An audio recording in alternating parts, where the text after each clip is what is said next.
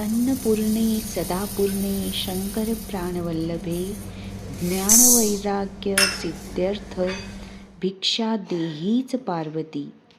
या मंत्राचा अर्थ होतो, ए देवी अन्नपूर्णा, तुम्ही या संसारातील सर्व प्राण्यांना अन्न, सुख, समाधान आणि ऐश्वर्य प्रदान करणाऱ्या आहात. तुम्ही देवांचे देव भगवान शंकरांच्या प्राणप्रिय आहात.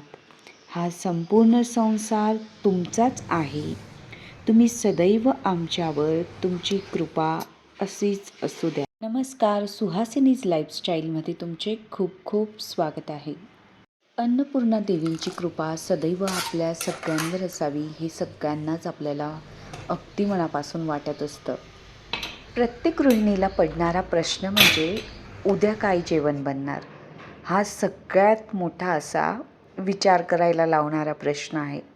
कारण की म्हणजे गृहिणीलाच का पडतो, ती उद्यासाठी, आजसाठी, परवासाठी नियोजन करत असते की घरातल्यांच्या प्रत्येकांच्या आवडीनिवडी सांभाळून तिला सगळं नियोजन करायचं असतं.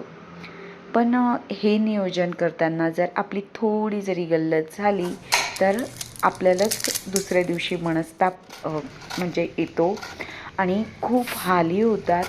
परत सगळी चिडचिड पण होते आणि अगदी घाई गडबडीत म्हणजे मुलांच्या, घरातल्या इतर जणांच्या आवडीनिवडीही आपल्याला जपता येत नाहीत. आपण रोज जे जेवण बनवतो ते जेवण बनवताना ते सकस संतुलित आहार आहे का, हे पण खूप महत्त्वाचं असतं. जेवण बनवताना आपलं मन प्रसन्न आहे का, हे पण खूप महत्त्वाचं आहे बरं. कारण की जेवण बनवताना जर आपलं मन नाराज असेल ना, तर त्या जेवणामध्ये त्या नाराज मनाचा नक्कीच इफेक्ट होत असतो.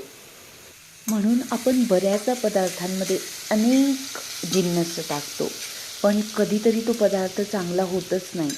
आणि एखादा पदार्थ अगदी घाईमध्ये पण आनंदाने करत असू ना, तर अगदी घाईत जरी बनवला तरी थोड्याशा वस्तू टाकूनही तो पदार्थ चविष्ट बनत असतो. तर या सगळ्या गोष्टींमध्ये आपल्या मनाचा खरंच खूप जवळचा संबंध आहे. पण आपलं मन केव्हा खुश राहणार, ज्या वेळेस आपलं नियोजन अगदी योग्य प्रकारे आपण केलेलं असेल. उद्याचं नियोजन आपण आजच करून ठेवलं ना, तर उद्या काय बनवायचं हा प्रश्न खरंच पडत नाही. तर त्यासाठी आपण आधीच रात्री पूर्वतयारी करून ठेवली किंवा म्हणजे आदल्या दिवशीच आपल्याकडे भाजी असेल तर उद्यासाठी काय बनवायचं हा विचार करण्यात खरंच अर्धा तास तरी जात नाही. आणि तेवढ्या वेळात आपल्या पोळ्या होऊन जातात, एखादी भाजी होऊन जाते. नाहीतर आपण वेळेवर सकाळी उठलो आणि अचानक विचार करायला लागलो की आता काय बनवायचं, तर या विचारातच खूप वेळ जातो आणि भरपूर अशी चिडचिडी होते. म्हणून आधीच उद्याच्या भाजीचं किंवा उद्या जेवण काय बनणार हे प्लॅनिंग नक्कीच करून ठेवा. पूर्वतयारी करताना आपण भाजी निवडू शकतो, पण कांद्यासारखे पदार्थ आधीच चिरून ठेवणं हे आपल्या शरीरास आरोग्यासाठी म्हणजे योग्य नाही. किंवा भाजी आपण स्वच्छ करून ठेवली ना, तर ती खूप मदत होते. आता भेंडीच बनवायची होती तर मी रात्रीच धुवून ठेवलेली, पण चिरली मी अगदी सकाळी वेळेवर. बरेच जण सकाळी घाई होऊ नये म्हणून रात्रीच कडधान्य किंवा बटाटे असं फ्रीजमध्ये ना 2-2, 3-3 दिवस उकडून ठेवत असतात. पण हे शरीरासाठी योग्य नाही आणि खूप घातक आहे. कारण आपण सगळेजण मेहनत तर जेवण म्हणजे अगदी पोटभर चांगलं जेवण मिळण्यासाठी किंवा आपल्याला सुखसोयी मिळण्यासाठीच करत असतो कष्ट. मग तेच जर आपण खूप एखाद्या वेळेस शिळं खाल्लं तर ती गोष्ट वेगळी आहे. पण सतत शिळं खाणं हे खरंच योग्य नाही आहे. म्हणून वर्किंग वुमन असू द्या किंवा गृहिणी, सगळ्यांनी म्हणजे अगदी नियोजन केलं, लवकर सकाळी उठलं ना, तर आपण आपल्या घरातल्यांना अगदी छान छान पदार्थ नक्कीच देऊ शकतो. कारण की आपलीही खूप धावपळ होत असते या सगळ्या जेवण बनवण्याच्या प्रवासामध्ये. बऱ्याचदा आपल्याकडून आठवड्याचं नियोजन नाही झालं ना, तरी उद्याचं नियोजन केलं ना, तरी खरंच आपला उद्याचा दिवस सुखकर जातो आणि आठवडा तर यामुळे नक्कीच सुखकर जाणार. मी देवपूजा केव्हा करते या कमेंट्सना मला बऱ्याचदा येतात. तर मी जेवण सकाळी आधी बनवून घेते. मुली स्कूलला जातात, मिस्टर ऑफिसला जातात आणि त्यानंतर ना मग मी एकटी असते, शांतता असते घरात. मग 10 वाजेच्या आसपास मी देवपूजा करत असते. सकाळी खूप घाई असते म्हणून मग अगदी मी सकाळी देवपूजा करत नाही. देवपूजा करणं सकाळी जर नाही शक्य झालं ना, तर रात्री मी नक्कीच दिवा लावत असते तुळशीजवळ आणि देवांजवळ, आणि धूप वगैरे पण लावते. धूप लावल्यामुळे ना देव लवकर असे काळपट पडतात वाटतं त्या धुरामुळे. म्हणजे काळपटपणा येतो. जे चांदीचे टाक आहेत ना देवांचे, तर तेही लवकर दुसऱ्या दिवशीच काळे होऊन जातात जर धूप लावलं तर. पण धूप लावल्याशिवाय ना असं प्रसन्नपणा येत नाही, म्हणून मग मी नेहमी धूप लावत असते. त्यामुळे ना असं फ्रेश फील होतं घरात. पद्मिनी ताईंनी ना फिल्टरविषयी विचारलं होतं, फिल्टरची क्वालिटी कशी आहे व कुठलं आहे. तर हे लोकल आहे आणि क्वालिटी विचाराल तर खूप चांगली नाही आहे. हे बघू शकतात, ज्यावेळेस तो मुलगा स्वच्छ करायला आला होता ना फिल्टर, तर त्यावेळेस बारीक असे कण होते त्यामध्ये. मग आणि ना टेस्टी फिल्टर्सच्या पाण्यासारखी अशी लागत नाही. जे आमच्याकडे नाशिकचं लिव प्युअर आहे ना, त्याची टेस्ट अगदी छान आहे पाण्याची. म्हणजे गोड वाटते त्या पाण्याची टेस्ट मला. आणि या पाण्याची टेस्ट अजिबात कळतच नाही फिल्टरचं आहे की नॉर्मल आहे. हे फिल्टर आम्ही 10,000 रुपयाला घेतलेलं आहे आणि नाशिकच्या घरातलं जे लिव प्युअरचं आहे ना, तर ते 16,000चं आहे, पण त्याची क्वालिटी चांगली आहे. तुम्हाला कुणालाही फिल्टर घ्यायचं असेल ना, तर नक्कीच चांगल्या कंपनीचंच घ्यायचं. केंट, लिव प्युअर वगैरे अनेक कंपन्या आहेत. काय होतं लोकल कंपनीचं ना, तेवढा म्हणजे मला रिझल्ट नाही वाटत चांगला. म्हणून मग 4-5 हजार रुपये जास्त जातात, पण आपल्याला एकदम चांगलं पाणी मिळतं. याच्यामध्ये ना मला असं वाटतं जे कण आहेत, इथलं पाणी ना जरा पिवळसर येतं गाळासारखं. तर ते कण मला वाटतं ते फिल्टर करूनही ते पाण्यामध्ये शिल्लकच राहतात. म्हणून मग अ, म्हणजे घेताना नेहमी चांगल्या क्वालिटीचंच घ्या. 4-5 हजारांकडे आपण बघितलं ना, तर मग आउटपुट आपल्याला अशा पद्धतीने मिळत असतं. त्यानंतर जी भांडी जमा झाली होती ती मी लगेच घासून घेतली.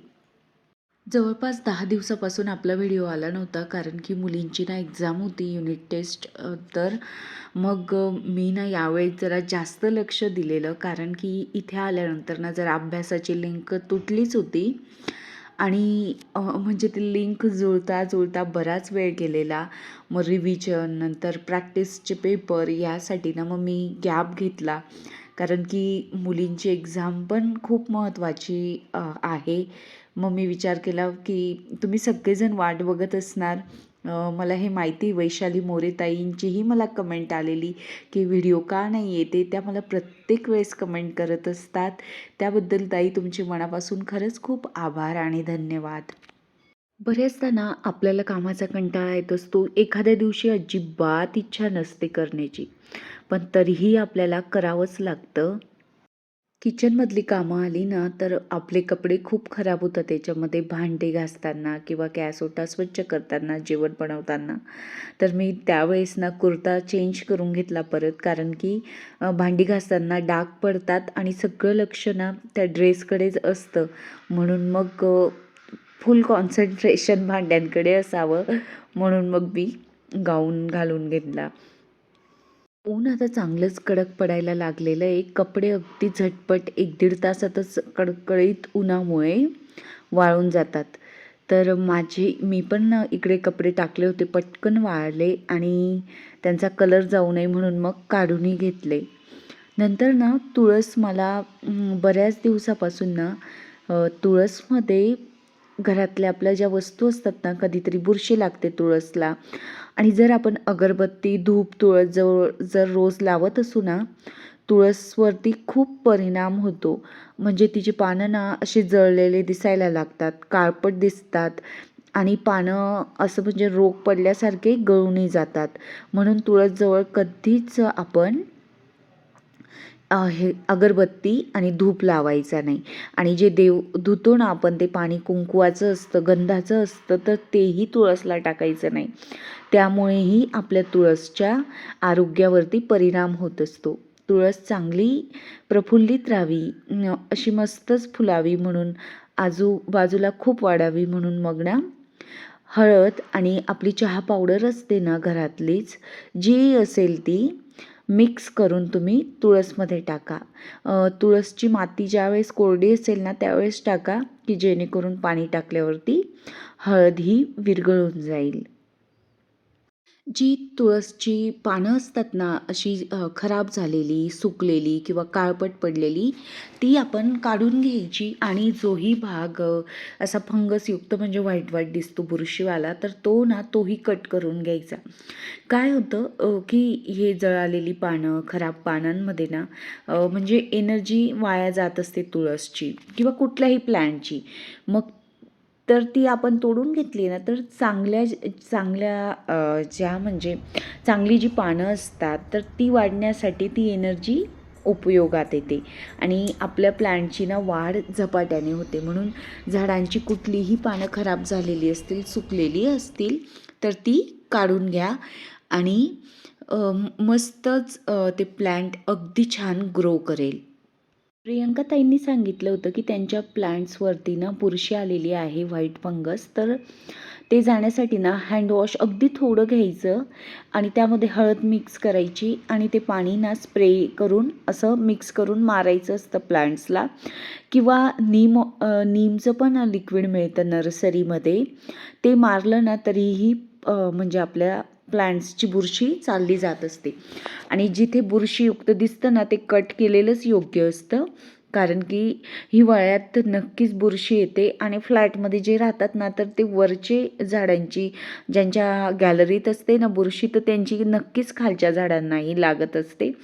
तुळसचंही असंच झालं होतं. मी आंब्याच्या झाडाच्या बाजूलाच ही तुळस ठेवलेली, तर आंब्याच्या झाडाला बुरशी असेल पानांना, तर ती यालाही लागली होती, तर मी ते तेवढा भाग कट करून घेतलेला आहे. त्यानंतर कट केल्यानंतर नवीन फांदी अजून जोमाने येत असते. म्हणून मग बुरशी असलेला भाग आपण नक्कीच कट करून घ्यायला हवा.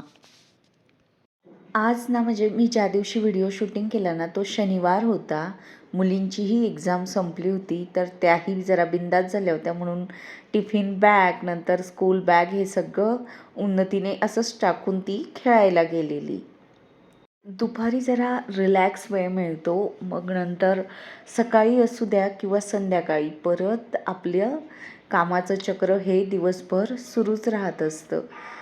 मी दुपारीच भांडी घासलेली. परत बघा छोटं जो टप आहे त्यामध्ये परत आता चहा दुधाची भांडी, नंतर टिफिन बॉटल्स हे ना मी संध्याकाळीच धुवून घेत असते, की जेणेकरून दुसऱ्या दिवशी मला सकाळी बॉटल्ससाठी त्रास नको व्हायला. मेथी, कोथिंबीर ना मी 3 वेळेस पाणी घेऊन ना भांड्यामध्ये किंवा धुवून घेत असते. तर ते पाणी मला अचानक आठवलं की आपण झाडांना टाकू शकतो. तर मी टाकायला आली. मला तर संध्याकाळसाठी बनवायचे होते मेथीचे पराठे. तर मला अचानक आठवलं माझ्याकडे लसूणची पाती आहे, जरा पराठे अजून चविष्ट लागतील. म्हणून मग मी एक कांद्याची छोटीशी 4-5 पात आणि लसणाच्या पाती असं कापून घेतलं. स्वतःकडे असेल तर किती छान, असं मला खूप छान फील होत होतं की माझ्याकडे असं सगळ्या भाज्यांनी लावलेलं शेत असावं आणि मग त्यामधून मी रोज ताज्या ताज्या भाज्या तोडून आणेल आणि लगेच बनवेल, हे असं माझे विचार डोक्यामध्ये सुरू झाले. असं म्हणजे तुमच्याही मनामध्ये असे विचार येतात का? मला कमेंट्समध्ये नक्की सांगा की अगदी छोट्याशा कुंडीमध्ये लावलेल्या कांद्याच्या पातीपासून असं मी भलं मोठा विचार करते की नाही.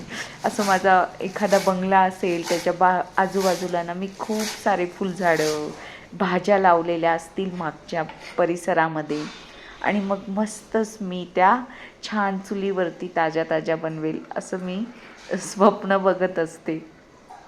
स्वप्न तर खरंच बघायलाच हवी आणि स्वप्नच सत्यात उतरतात याचाही मी खरंच म्हणजे अनुभव घेतलेला आहे.